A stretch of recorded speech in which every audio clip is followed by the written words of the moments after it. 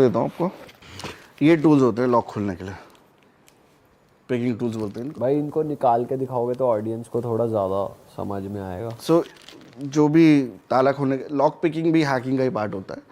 तो उसमें क्या होता है, आपने देखा होगा मूवीज़ में, वो कुछ लोहे का उसको चाहिए होता है, देन वो हिलाता है वो।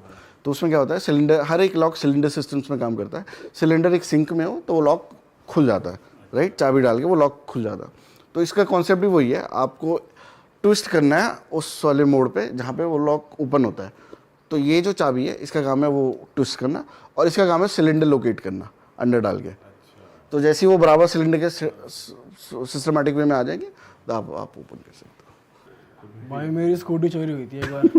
अब याद ऐसे ही हुई समझ आ रहा कैसे हुई थी। जैसी तेरी स्कूटी की हालत थी उसके लिए तो कुछ नहीं चाहिए उसके था लिए तो भाई। बुरा भी नहीं लगा ना इसको। भाई बहुत बुरा लगा, क्या हुआ उसका इसका? हैंडल ही खुला हुआ था, सब चीजें उसकी नाड़े से तो बंधी हुई। टायर उसके निकलने को हो रहे थे। वैसे सही कह रहे हो भाई, वो हो सकता है पत्थर से भी खुल गई हो।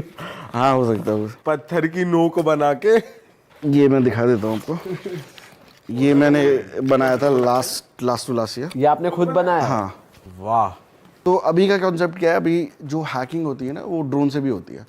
तो लोग क्या करते हैं, एक FPV ड्रोन बनाएंगे, फर्स्ट पर्सन व्यू, कैमरा लगाएंगे, एंड देन उसमें एक डिवाइस लगा देंगे जो माउस जैकिंग के काम आता है। मतलब ये बिल्डिंग कॉर्पोरेट के सामने फ्लाई करेगा, और जो वायरलेस माउस और वायरलेस कीबोर्ड में जो भी टाइप कर रहा होगा वो इंटरसेप्ट कर लेगा, इधर या तो ये या तो ये कॉन्सेप्ट। वायर वाले नहीं कर पाएगा। हाँ, वायर वाले नहीं कर पाएगा। RJ45 से कनेक्टेड होते हैं वो नहीं हो पाएंगे।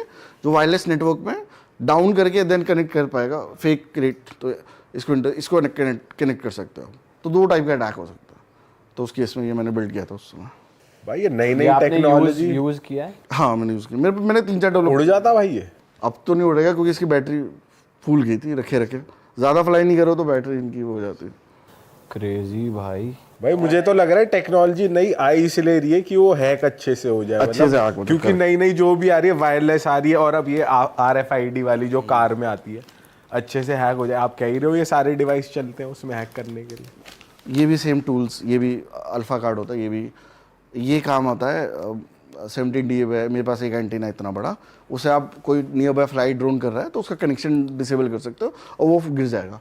तो उसके भी काम आता है, ऊपर से वाईफाई हैकिंग करने के काम। अगर आपके आसपास कोई ड्रोन अटैक करने की कोशिश कर रहा है तो आप उन्हें डिसेबल कर सकते कोई फ्लाई कर रहा है ड्रोन, तो मेरे पास एक एंटीना है 17 dBi का, वो इतनी बड़ी रेंज क्रिएट करेगा या सिग्नल क्रिएट करेगा कि वो कनेक्ट नहीं कर पाएगा अपने ओनर से, उसके बाद वो इधर गिर जाएगा। भाई उनको भी ब्रीच कर सकते हो आप, जो ये बैनर लगे होते हैं कहीं जैसे। हाँ वो तो बहुत बार किए हैं। बैनर जो बड़े बड़े बैनर्स लगे हुए ना स्क्रीन रोड साइड्स पे बैनर्स, कि जैसे गाड़ी में भी चलते हुए बैनर हो गए। वो तो बहुत बार हो चुके हैं, वो लोगों ने भी बहुत किए हैं। उनका एक IP होती है, उस IP पे जाओगे तो विंडोज़ ही होती है और उसमें एक सॉफ्टवेयर रन किया होगा। तो लोग क्या कर देते हैं, अपना मैसेज डाल देते हैं उसमें। अच्छा भाई, इवन ये रेड लाइट्स और ये सब भी हैकेबल होती हैं? बाहर तो हो चुकी है बट यहाँ इंडिया में नहीं होती। इंडिया में रीज़न ये है क्योंकि वो ये मैनुअल है शायद, एक अलग से चिप होता है, बट बाहर तो हो चुकी है, बट इंडिया में तो मैंने देखा नहीं है। क्रेजी भाई। और क्या भाई, पिटारे में और भी है तगड़ा। हाँ ये बहुत इंपॉर्टेंट टूल्स है, 2 टूल्स हैं। तो इसको बोलते हैं USB किलर। हाँ तो ये क्या करता है, अगर आप इसको एक देखो, बार दिखा दो कैमरे पे। तो पेन ड्राइव ही लग रहा है भाई। पेन ड्राइव है, नॉर्मल पेन ड्राइव ही है, बट अगर आप इसको ओपन करोगे तो आप देखोगे इसमें 5 बॉक्सेस बने हुए, राइट, दिख रहे होंगे आपको। तो ये 5 बॉक्सेस कैपेसिटर्स हैं। तो ये क्या करेगा, एनर्जी स्टोर करेगा और जिस भी डिवाइस में आप प्लग करोगे उसका मदरबोर्ड फूंक देगा। और तेरी तो कंप्यूटर क्या है भाई ये तो उसका मदरबोर्ड अलग ही चीज है। भाई आपकी हंसी बता रही है, आपने बहुत फूके। मैंने बहुत फूका है कंप्यूटर भी, और वो जो वो होता है ना थंब स्कैन करने वाला, वो तो मैंने डाल के बहुत फूका है। तो पर ये नहीं फूकता है? ये नहीं फूकेगा, ये कैपेसिटर्स है ना इसमें, तो ये इसको बोलते हैं पावर सर्ज अटैक। ओके। तो लगाते ही फूक जाएगा। लगाते ही फूक जाएगा, एकदम से ये चार्ज करेगा और फिर जैसे ये 5 कैपेसिटर चार्ज होंगे, फिर ये वही पावर दोबारा वो मदरबोर्ड पे भेजेगा और वो फूक जाएगा। बूम। भाई वैसे इस सब की पढ़ाई भी करी आपने या कोई कोर्स होता है इन चीज़ों का, क्या सीन है इसका? ये तो खुद का रिसर्च है, रिसर्च और एक्सपीरियंस।